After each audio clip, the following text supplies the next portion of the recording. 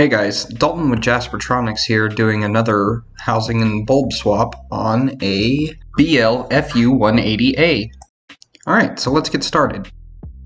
As we can see here, the clip is broken on this previous housing, so we've got a new housing to swap it into. With that clip broken, the connector that actually plugs into the projector won't sit properly, and sometimes that can cause a bad connection.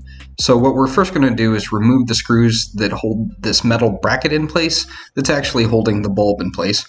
We won't have to remove all of the screws, we're just really going to take this top metal bracket off and loosen up the bottom screws a bit so we can get this bulb slipped out.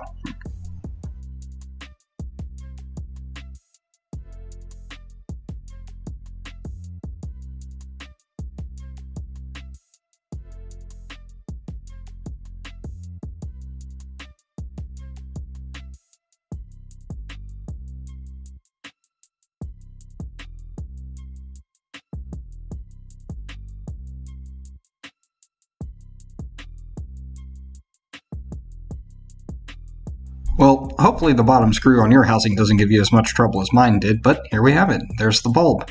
Be very careful and make sure you do not touch the front of it. Alright, let's go ahead and set it down in here.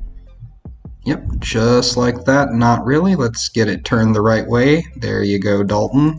Real smooth. Okay, now that I got that taken care of, let's go ahead and get this set down and get our brackets ready so we can get this bulb secured in place. Now that the bulb is laying down flat and there's no risk of touching the front, I went ahead and removed my gloves so I could get these small screws installed. Sometimes they can be kind of hard to get installed whenever you've got gloves on.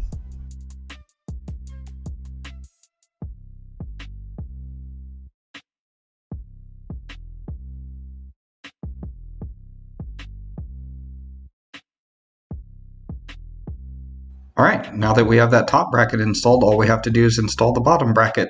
It's just more of the same, only it's a little bit of a tighter squeeze now because there's just a little bit of the housing in the way, but still pretty simple to do.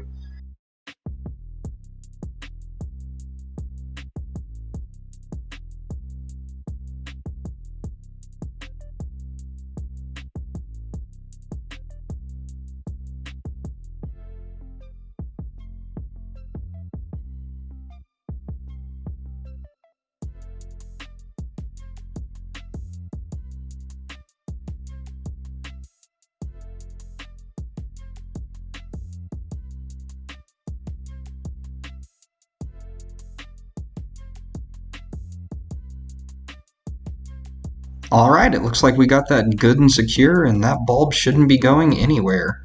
Next, we're going to get this projector connector clipped into the housing. So on the connector itself, you should see a small nub and then a slightly larger one. You're going to go ahead and just hook the small nub into the actual plastic, whereas that larger nub is just going to kind of clip in. If you try to do it the other way, you will break this clip.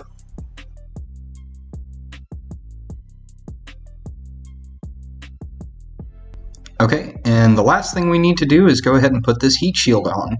So what you're going to want to do is just thread the screw through the heat shield first and then just line it up to the hole on the housing. And there's also a small metal clip to line up on the bottom as well.